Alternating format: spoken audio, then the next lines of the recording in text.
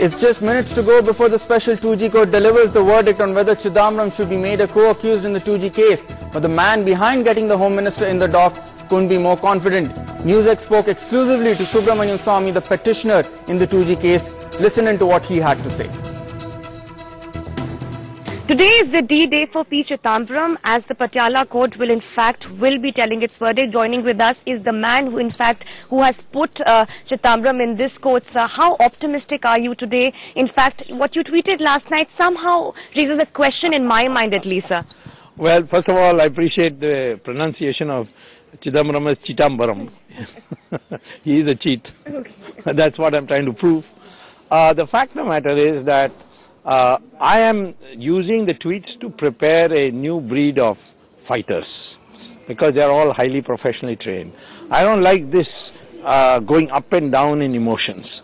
So I am telling them, don't raise these expectations because then everything can't go according to your demand. People are in a kind of a mentality like in cricket, 2020 cricket. That, every ball must be a sixer. Now, unfortunately, that cannot happen in a court system. Everybody has his rights and so on. Here, I have to prove the weakest case in the and that is, I have to show that there is some doubt has been created whether Mr. Chidambaram was involved or not. Then automatically he becomes accused in the court. More than that, I don't have to do. You see. So I think what I have done, I personally feel that if Mr. Chidambaram is found prima facie guilty, I will convict him within 1 month.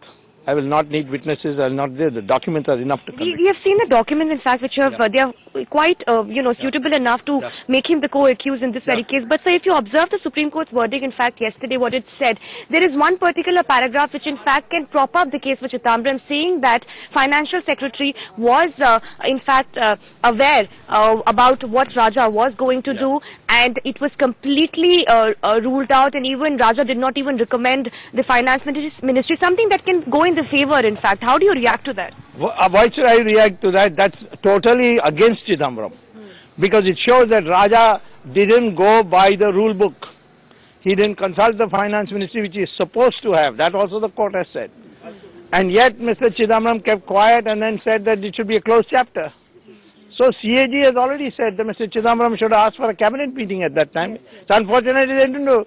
So I think, you see, the spin doctors of Congress, they have been consistently making fool of the media. They said zero loss, then there's policy. What does the court say about policy now?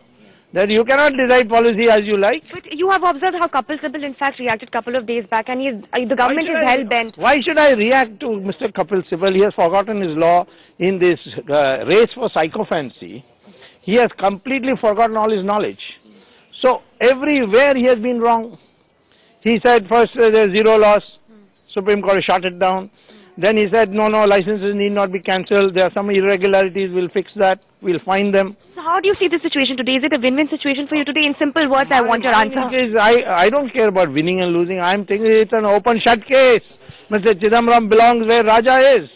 So you just heard, in fact, Mr. Swamy saying it's an open case and definitely his win clearly. Open-shut case. Open-shut case, that's what he has to say. We'll have to wait and watch as to how things pan out in the later half of the day.